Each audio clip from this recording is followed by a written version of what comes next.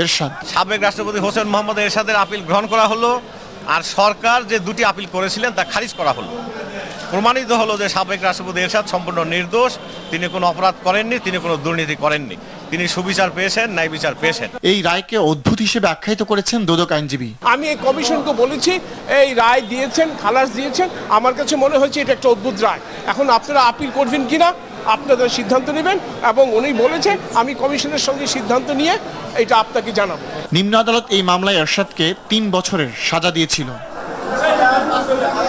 খান আলামিন, RTV, ঢাকা। এদিকে দেশের অর্ধেক মানুষ আইনের শাসনের মানে কি তা বুঝে না। বিচার বিভাগের স্বাধীনতা নিয়ে 3 দিনের এক কর্মশালার সমাপনীতে প্রধান বিচারপতি SK সিনহা কথা বলেন। সুপ্রিম কোর্ট, কমনওয়েলথ সচিবালয়, কমনওয়েলথ ম্যাজিস্ট্রেট ও জাজেস অ্যাসোসিয়েশন যৌথভাবে এই কর্মশালার আয়োজন করে। সমাপনীতে প্রধান অতিথির বক্তব্যে SK সিনহা বলেন, নির্বাহী বিভাগ থেকে আলাদা না হলে বিচার বিভাগের স্বাধীনতা স্বপ্নই থেকে যাবে। কর্মশালায় নিম্ন আদালতে বিভিন্ন পদমর্যাদার 35 জন বিচারক অংশ নেন।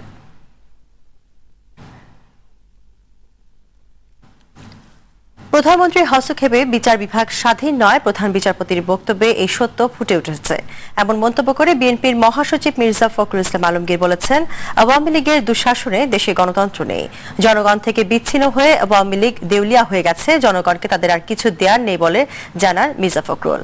হাওড়ে হাহাকার চলছে দাবি করে সেখানে পর্যাপ্ত খাদ্য পাঠানোর দাবি জানান বিএনপির মুখপাত্র। বিকেলে জাতীয় প্রেস ক্লাবে এক অনুষ্ঠানে এসব কথা বলেন তিনি।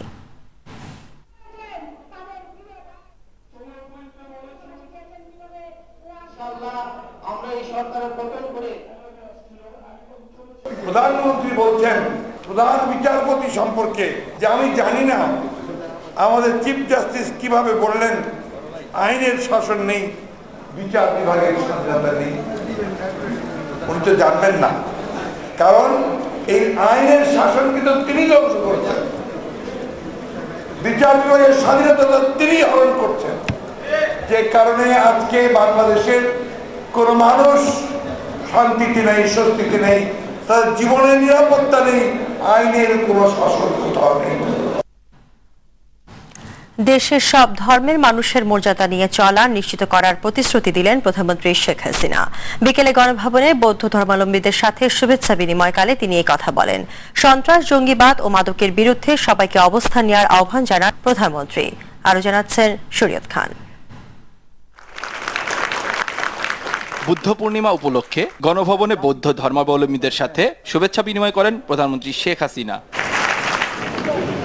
শুরুতেই বৌদ্ধ ধর্মাবলম্বীরা বাংলাদেশের সব ধর্মের মানুষের শান্তিপূর্ণ সহাবস্থান নিশ্চিত করায় প্রধানমন্ত্রীকে ধন্যবাদ জানান। আপনের সংকটে অতীতে যেভাবে আমাদের পাশে ছিলেন, এখনোই সেটা প্রত্যাশা করি। পরে সবাইকে নির্বিঘ্নে ধর্ম পালনের আহ্বান জানিয়ে প্রধানমন্ত্রী বলেন, নিজের দেশে সব ধর্মের মানুষ মর্যাদার সাথে বসবাস করবে। আমরা যদি একটু চিন্তা ভাবনা করি, আমরা দেখি যে আসলে আমাদের সকল ধর্মের মূল মন্ত্র কিন্তু একই। এই বৌদ্ধ ধর্মে মানব কল্যাণের কথা মহামতি বৌদ্ধ বলে গেছেন। আপনাদেরই দেশ, আপনাদেরই মাটি, সকলে সমমর্যাদা নিয়ে আপনাদের ধর্ম পালন যেভাবে করবেন, আবার সাথে সাথে আপনারা সেই মর্যাদা নিয়েই চলবেন, সেটাই আমরা চাই। কারণ আমাদের উন্নয়ন সকলকে মিলে উন্নয়ন, কাউকে বাদ দিয়ে নয়। সকলেরই আমরা ভাগ্য পরিবর্তন করতে চাই। ভিন্ন ধর্মাবলম্বীদের ওপর বিএনপি জামাতের অত্যাচারের কথা তুলে ধরে শেখ হাসিনা বলেন, যারা ষড়যন্ত্র করে ক্ষমতায় এসেছিল তারা মানুষের উন্নয়ন করেনি। 2001 সালের নির্বাচনের পর এই বিএনপি জামাত জোট ক্ষমতায় এসেই বৌদ্ধ, খ্রিস্টান, হিন্দু সম্প্রদায় আর আমরা তো মুসলমানও তো আছি, যেভাবে নির্বিচারে মানুষকে হত্যা করেছে, নির্যাতন করেছে, ঘরবাড়ি লুট করেছে। আবার এর পরবর্তীতে আমরা দেখলাম সেই 2013, 2014, 2015-তে যেভাবে মানুষকে পুড়িয়ে পুড়িয়ে হত্যা করা, ঘর বাড়ি জ্বালিয়ে দেওয়া, গাড়ি ঘোড়া সব কিছু, মানে গাড়ি, রেল, লঞ্চ কিছু তাদের তাণ্ডব থেকে রেহাই পায়নি। জীবন্ত মানুষ পুড়িয়ে পুড়িয়ে হত্যা করা, এই ধরনের সন্ত্রাসী ঘটনা যেন বাংলাদেশের মাটিতে আর না ঘটে, সেটাই আমরা চাই। সন্ত্রাস, জঙ্গিবাদ, মাদক সহ সব অশুভ শক্তির বিরুদ্ধে প্রতিরোধ গড়ে তুলতে সবাইকে ঐক্যবদ্ধ হওয়ার আহ্বান জানান প্রধানমন্ত্রী। সকল শ্রেণী পেশা মানুষ সকলে ঐক্যবদ্ধ হয়ে আমরা এই সমাজের একটা অশুভ যে শক্তি, অশুভ চক্র, এর বিরুদ্ধে সকলকে রুখে দাঁড়াতে হবে, যেন বাংলাদেশকে আমরা একটা শান্তিপূর্ণ দেশ হিসেবে দক্ষিণ এশিয়ায় প্রতিষ্ঠিত করতে পারি, সেটাই আমাদের লক্ষ্য। উন্নত রাষ্ট্র গড়তে সব ধর্মের মানুষের সহযোগিতা চান প্রধানমন্ত্রী শেখ হাসিনা। আমরা সকলে মিলেমিশে এই দেশকে গড়ে তুলব, কারণ এই দেশটা আমাদের, এই রাষ্ট্রটা আমাদের। শরীয়ত খান, RTV, ঢাকা। প্রধানমন্ত্রী শেখ হাসিনার সাথে সৌজন্য সাক্ষাৎ করেছেন সৌদি আরবের সংস্কৃতি মন্ত্রী আব্দুল্লাহ বিন মোহাম্মদ বিন ইব্রাহিম আলী আল শেখ। রাতে গণভবনে এই সাক্ষাৎ অনুষ্ঠিত হয়। এই সময় প্রধানমন্ত্রী শেখ হাসিনার নেতৃত্বে বাংলাদেশের উন্নয়নের প্রশংসা করেন সৌদি মন্ত্রী। দেশের প্রতিটি উপজেলায় মডেল মসজিদ ও ইসলামী সাংস্কৃতিক কেন্দ্র নির্মাণে সৌদি সরকারের সহযোগিতায় ধন্যবাদ জানান প্রধানমন্ত্রী শেখ হাসিনা। ইসলামের প্রচার ও প্রসারে সরকারি গৃহীত এই পদক্ষেপ পরিদর্শন করতে সংস্কৃতি মন্ত্রীর মাধ্যমে সৌদি বাদশাকে আমন্ত্রণ জানান প্রধানমন্ত্রী শেখ হাসিনা। এর আগে সন্ধ্যায় প্রধানমন্ত্রী শেখ হাসিনা সুধাসদনে যান। সেখানে স্বামী পরমাণু বিজ্ঞানী ডক্টর এম এ ওয়াজেদ মিয়ার ৮ম মৃত্যুবার্ষিকীতে তার রুহের মাগফিরাত কামনা করেছেন তিনি।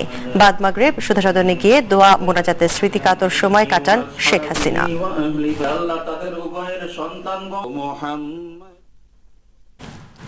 আওয়ামী লীগ হাওরের গরিব মানুষের কষ্ট নিয়ে রাজনীতি করে না, এমন মন্তব্য করে দলের সাধারণ সম্পাদক ওবায়দুল কাদের বলেছেন, সরকারের উচ্চ পর্যায়ের কেউ উপস্থিত না থাকলেও ক্ষতিগ্রস্ত সব মানুষ ত্রাণ পাবে। দুপুরে মৌলভীবাজারের হাকালুকি হাওরে ক্ষতিগ্রস্ত মানুষের মাঝে ত্রাণ বিতরণকালে এসব কথা বলেন তিনি। এ সময় মন্ত্রী অভিযোগ করেন, বিএনপি হাওরের ২-১ জায়গায় গিয়ে শুধু ফটো সেশন করেছে। বিএনপি নির্বাচনে আসবে কিনা সে বিষয়ে উপদেশ না দিয়ে সঠিকভাবে দায়িত্ব পালনের আহ্বান জানিয়েছেন যুবলীগ চেয়ারম্যান ওমর ফারুক চৌধুরী। সন্ধ্যায় রাজধানী বঙ্গবন্ধু এভিনিউয়ে রাষ্ট্রনায়ক শেখ হাসিনার প্রয়াত স্বামী পরমাণু বিজ্ঞানী ডক্টর ওয়াজেদ মিয়ার ৮ম মৃত্যুবার্ষিকী উপলক্ষে দোয়া ও আলোচনা সভায় এই আহ্বান জানান তিনি। এ সময় যুবলীগের সাধারণ সম্পাদক হারুনুর রশিদ সহ অন্যান্যরা স্মৃতিচারণ করেন।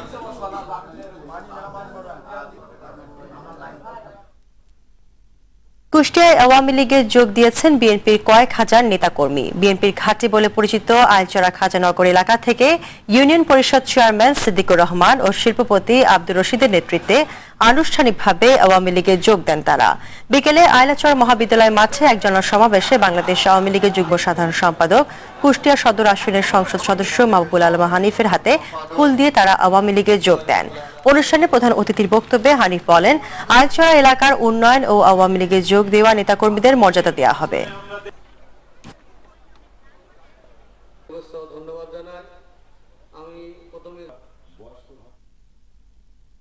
এবার অন্য প্রসঙ্গ। কুমিল্লা শিক্ষা বোর্ডে ফল বিপর্যয় মেনে নিতে পারছেন না শিক্ষক, শিক্ষার্থী, অভিভাবক ও স্থানীয় সচেতন নাগরিকেরা। এজন্য বোর্ডের অব্যবস্থাপনাকে দায়ী করছেন কেউ কেউ। সারা দেশে গড় পাশের হার ৮০% জায়গায় কুমিল্লায় মাত্র ৫৯%কে অস্বাভাবিক বলছেন তারা। দাবি উঠেছে যথাযথ তদন্তের। কুমিল্লা থেকে গোলাম কিবরিয়া ও আবুল খায়রের তথ্য ছবিতে জাফর সোহেলের রিপোর্ট। এসএসসিতে অকৃতকার্য হওয়ায় শুক্রবার আত্মহত্যা করে কুমিল্লা শিক্ষা বোর্ডের অধীন ফেনীর সোনাগাজী সাবের পাইলট উচ্চ বিদ্যালয়ের এক শিক্ষার্থী। জিএসসিতে গোল্ডেন A+ পাওয়া এই মেধাবী শিক্ষার্থীর অকৃতকার্য হওয়াকে অস্বাভাবিক বলছেন স্বজন ও সহপাঠীরা। গোটা কুমিল্লা শিক্ষা বোর্ডে এবার হয়েছে এমন অস্বাভাবিক ফলাফল। ৪১% পরীক্ষার্থী এবার ফেল করেছে এখানে। কেবল ইংরেজি আর গণিতেই অকৃতকার্য হয় ৬০,০০০ শিক্ষার্থী। অনেক শিক্ষার্থীর দাবি তারা ভালো পরীক্ষা দিয়েও পাশ করেননি। এখন তারা ফল পুনর্বিবেচনার আবেদন করছেন। আমি রেগুলারই ক্লাস করতাম এবং লেখাপড়াতেও আমার অনেক ভালো ছিল, টেস্টেও ভালো ছিল। এখন আমার পরীক্ষায় রেজাল্ট খারাপ হওয়ার সাথে আমি বোর্ডের সাথে চ্যালেঞ্জ করতে চাই। আমরা পরীক্ষা অনেক ভালো হয়েছে, কিন্তু পরীক্ষার রেজাল্ট দেখে আমরা সন্তুষ্ট না। ছাত্র হিসেবে খুব ভালো পরিশ্রম করছে রাত দিন, কিন্তু রেজাল্ট কেন খারাপ হলো এটাই ভাবার বিষয়। মেয়েতে বেশি নিজে খাচ্ছি যাতে ভালো রেজাল্ট করে, কিন্তু এই ভালো রেজাল্ট হইল না। ফলাফলের এমন বিপর্যয়ে নানামুখী আলোচনা সমালোচনা চলছে কুমিল্লায়। ক্যামেরায় কথা বলতে না চাইলেও বেশ কয়েকজন পরীক্ষক RTVকে জানান, প্রশ্নপত্র প্রণয়ন, মডেল উত্তরপত্র সরবরাহ এবং খাতা মূল্যায়নে তৃণমূলের পরীক্ষকদের কাছ থেকে পরামর্শ নেওয়া হয়নি এবং তাদের যুক্ত করা হয়নি। কম নম্বর দেয়ায় অতিরিক্ত চাপ প্রয়োগেরও অভিযোগ আছে বোর্ডের বিরুদ্ধে। এর ফলে বেশ কিছু জটিলতা তৈরি হয় এবং এর প্রভাব পড়ে সামগ্রিক ফলাফলে। ফলাফল বিপর্যয়টা আসলে হয়েছে আমার মনে হয় আর কি, যতটুকু বুঝতে পারছি বা এখনো যে আলাপ আলোচনা শুনছি, শহর এলাকায় এটা হয়নি, গ্রাম এলাকায়।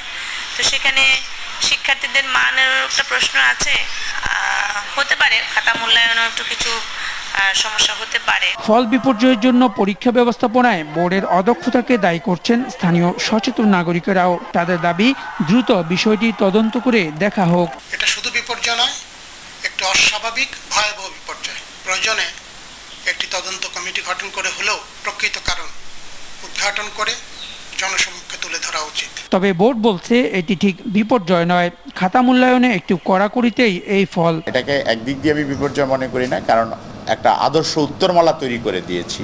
খাতা দেখতে গিয়ে তারা খাতা দেখার যে নিয়ম, সেই নিয়মগুলো পালন করতে বাধ্য হয়েছে। সুষ্ঠু তদন্ত করে ফল বিপর্যয়ের প্রকৃত কারণ উদ্ঘাটন এবং প্রয়োজন বোধে ফলাফল পুনর্বিবেচনার পদক্ষেপ নেবে সরকার, এ প্রত্যাশা শিক্ষার্থী ও অভিভাবকদের। জাফর সোহেল, RTV।